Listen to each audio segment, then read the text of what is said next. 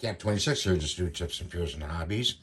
And you're looking at a airbrush stand, and I took the bottom off and stuck it to the base of the wood here.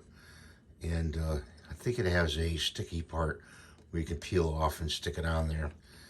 And these tongs right here for the airbrushes, you want to spread these out, okay, this way. Want to spread them this way and this way, and then you want to pull them, spread them out this way by pulling them out this way like this. Okay, so you get your airbrush. Sorry about that, guys. And it fits right in there. When you put it in, it'll fit right in. Because when you get them, they're all like really not spread apart. Okay. So it'll hold them nice and securely, and you can just pull them out like this, see? Okay. So that's my tip for today, and I hope you have a good day. Thanks for watching.